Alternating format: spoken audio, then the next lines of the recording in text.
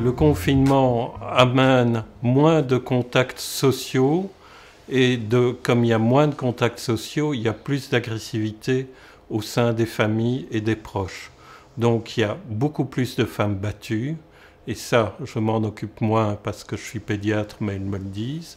Il y a beaucoup plus de divorces, et les avocats de la famille te le confirmeront, et ils me le confirment quand je m'occupe des enfants.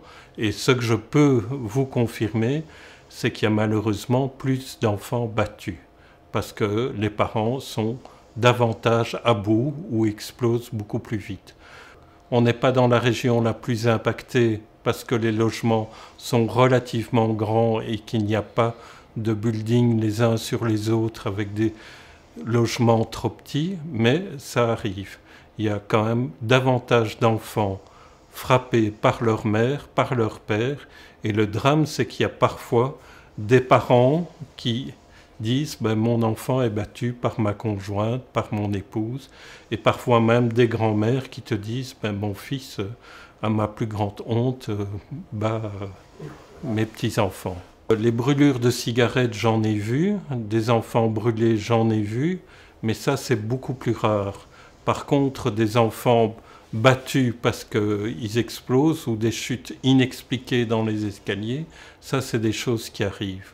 Ou des paires de gifles qui sont beaucoup plus fréquentes et beaucoup plus marquées. De même que des brûlures d'enfants qu'on met dans l'eau chaude ou bouillante, ça arrive, mais ça n'augmente pas à cause du confinement. C'est ça que je veux dire. Mais bien sûr, ça existe. Et chaque pédiatre voit ça quelques fois dans sa vie, heureusement, pas tous les jours et pas trop souvent. Mais le confinement amène des violences intrafamiliales, vis-à-vis des femmes, vis-à-vis des enfants et parfois même vis-à-vis des grands-parents. Alors des cris dans la maison d'à côté, il faut d'abord essayer de voir ce qui se passe à côté.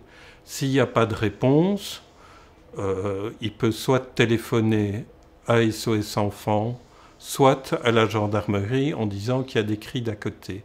Alors, toute personne, un enfant est un mineur. Un mineur, théoriquement, ne peut pas porter plainte.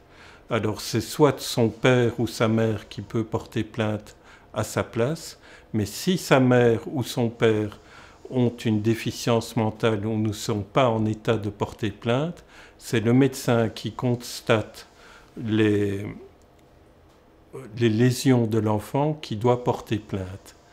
Donc théoriquement, le médecin peut porter plainte, mais théoriquement, c'est les parents ou les grands-parents, parfois même une grande sœur, ça m'est arrivé une fois, qui porte plainte parce que sa petite sœur est battue.